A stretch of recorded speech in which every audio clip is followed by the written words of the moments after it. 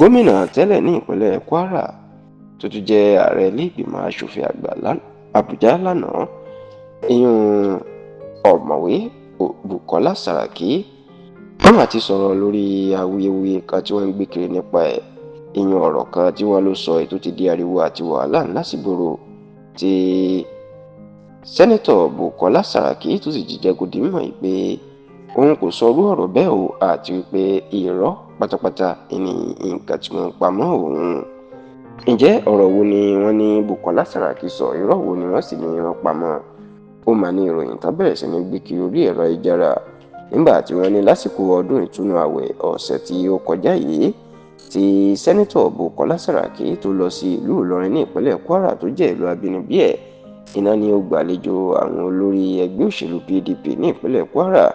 Níbẹ̀ sì ni wọ́n ló ti bá wọn jíròrò, ló ti bá wọn ṣe ìpàdé lórí ọjọ́ iwájú òṣèlú ẹ̀ lórílẹ̀‐èdè Nàìjíríà. Tẹlifíṣàn Yorùbá Tòótọ́ gbọ́ pé ọ̀pọ̀ àwọn ọmọlẹ́yìn sẹ́nẹ́tọ̀ Bùkọ́lá Sàràkí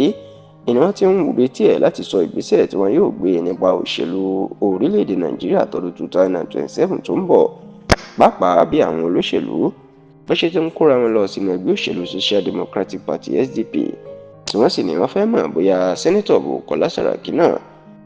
yóò lọ sínú ẹgbẹ́ òṣèlú SDP.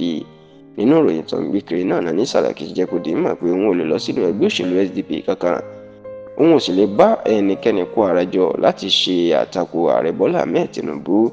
Wọ́n ní Sàràkí ní òun ti pẹ́ nínú òṣèlú, òun sì mọ àtakò òṣèlú tó lè ṣàṣeyọrí, ṣùgbọ́n ìtàn ṣe lórí Tinubu yìí ò lè ṣàṣeyọrí nítorí tó ní ọ̀pọ̀ àwọn gómìnà ẹgbẹ́ òṣèlú PDP bíi 7 ìyẹn láti ń gbèrò láti lọ ṣiṣẹ́ fún Tinubu báyìí láti lè jẹ́ káwọn náà ṣe sáà kejì. Bẹ́ẹ̀ ló tún ní ọ̀pọ̀ àwọn gómìnà ẹgbẹ́ òṣèlú APC ní làwọn náà ò ṣetán láti kúrò nínú ẹgbẹ́ òṣèlú APC lọ sínú ẹgbẹ́ òṣèlú míì. Wọ́n ní Sàràkí sọ fáwọn ọmọlẹ́yìn ẹ̀ pé báwo wá lẹgbẹ́ òṣèlú SDP táwọn kan sá lọ báyìí ṣe fẹ́ sèso rere nígbà táwọn gómìnà PDP àti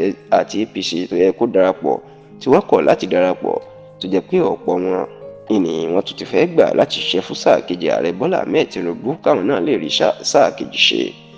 Ọ̀rọ̀ yìí ló máa ń já rìnrìn tí àwọn olólùfẹ́ àti alátìlẹyìn Tinubu tó sì ń gbé kiri tó fi ń yẹ̀yẹ́ àwọn alátakò Tinubu pé Sàràkí náà ti padà lẹ́yìn wọn àti pé ó ti gbọ́n, ó ti mọ̀ pé ibi tó ń lọ kò sọ́nà àbáyọ ń bẹ̀. Ṣùgbọ́n nígbà tí ó ń fèsì lórí tó ń gbé kiri yìí, Sàràkí nípasẹ̀ àtẹ̀jáde tó fi síta nípasẹ̀ agbẹnusọ ọ̀mọ̀wé Yusuf Ọláníyanu ló ti jẹ́ kó di mímọ̀ pé kò sóòótọ́ nínú ìròyìn tí wọ́n ń gbé kiri náà o. Ọ̀mọ̀wé Yusuf Ọláníyanu ní Sàràkí kò bá ẹnikẹ́ni sọ irú ọ̀rọ̀ tí wọ́n ń gbé kiri pé òun kò lè darapọ̀ mọ́ àwọn olóṣèlú tó ń dìtẹ̀ mọ́ Tinubu tàbí bóyá òun yóò darapọ̀. Wọ́n ní Sàràkí ó jẹ́ kó di mímọ̀ wípé gbogbo àwọn tí ó bá ṣèpàdé kò sẹ́ni tó bá sọ irú nǹkan bẹ́ẹ̀ lásìkò ọdún Iléyá, lásìkò ọdún ìtúnu àwẹ̀ tàbí lásìkò kankan tó ṣèpàdé. Tó sì ní àwọn aláìníṣẹ́ àtàwọn tó fẹ́ràn kan máa gbé ìròyìn ẹlẹ́jẹ̀ kiri, àwọn ló ń gbé irú ìròyìn bẹ́ẹ̀ kiri nípasẹ̀ sẹ́nẹ́tọ̀ Bùkọ́lá Sàràkí.